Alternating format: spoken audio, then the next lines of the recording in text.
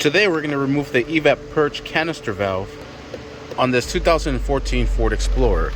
Alright, first we're going to remove this tab here. All you have to do is just twist until it comes off. And we'll set this over to the side. I'm going to stick it in my pocket. Then using a trim tool removal, there is a retainer here.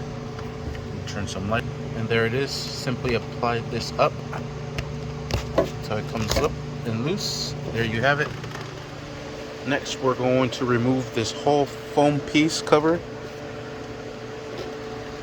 Put this out, bring this up, and take it out of here, and set that over to the side. Here is our canister. Alright, using an 8mm socket, there it is. We're going to loosen up these bolts here and remove them from there. And we'll set these over in a nice safe location so they don't fall. Next, we'll undo this pigtail. Just press in the clip and pull out. We'll release the whole canister by wiggling it up and down. Here it looks like we'll press these in and out to open up this tab here. So just pinch those in. This pops up. There it is. And here is our canister. Sweet.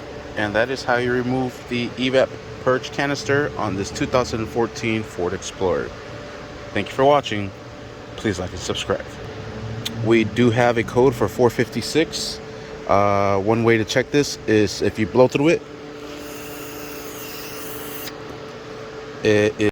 This should always stay closed until there's current flowing through here. So if you have air coming in through either side, this is bad. 456. Thank you for watching.